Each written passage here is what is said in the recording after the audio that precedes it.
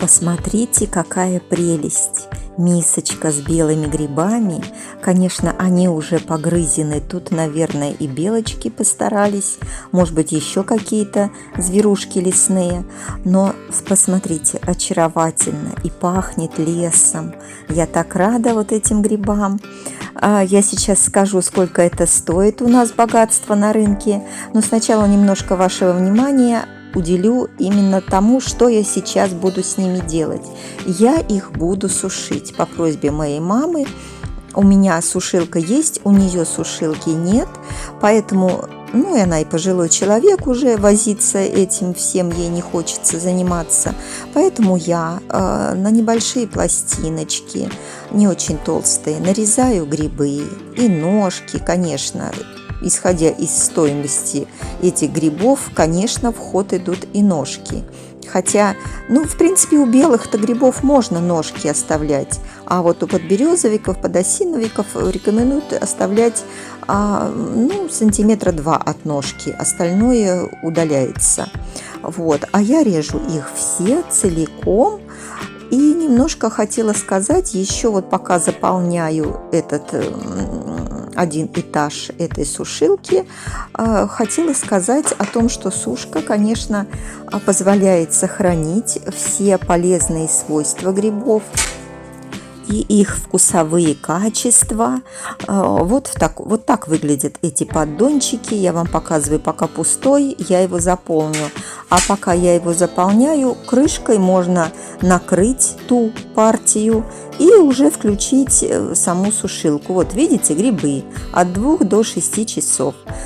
Это в зависимости, видимо, от состояния гриба. И здесь указаны, прямо на крышке указаны рекомендации и для других видов продуктов, которые можно сушить. Конечно, всем любимые яблоки. Указывается примерная температура и примерное время самой сушки. Самая низкая температура, конечно, у трав от 30 до 40 градусов. Все, вот это можно пока включить, и пусть оно немножко начинает уже сушиться. И как раз вот у самой сушилки. Первый режим – это просто вентиляция, а там холодный воздух. А потом, поворачивая регулятор, мы прибавляем температуры, и в зависимости от того, что мы сушим, это все указано в инструкции. И вот оттуда уже идет воздух и пахнет грибами. Пахнет, вот не поверите.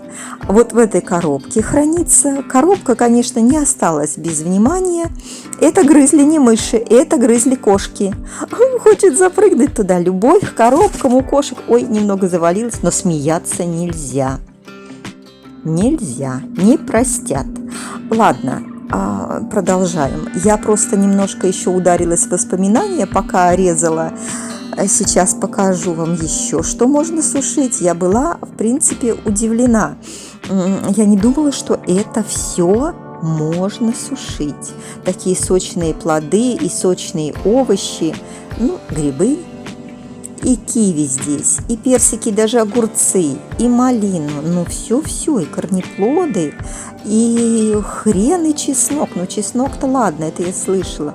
Все можно сушить. И даже пастилу. Но здесь хочу сразу сказать, поддона для пастилы нет. Его надо покупать отдельно. И рыба. Рыба с мясом звучит гораздо интереснее, чем сушеные огурцы. Согласны? И травы под конец. Итак, можно сушить все. И сушилка, мне это нравится соотношением цены и качества. И это я вам демонстрирую предыдущую сушку грибов, чтобы вы видели, до какого состояния это сушится. Потому что ждать мои это будет слишком долго. Итак, соотношение цены и качества меня полностью устраивает. Ссылочку оставлю под видео, если кому-то будет интересно, где я это покупала и сколько стоит. Храню, конечно, в стеклянной банке, чтобы не впитывали запахи, и под крышкой.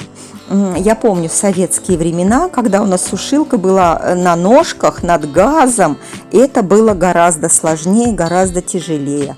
А так я поставила, она немного гудит, сообщает о своей работе, и все. Только из розетки надо будет выдернуть, не забыть.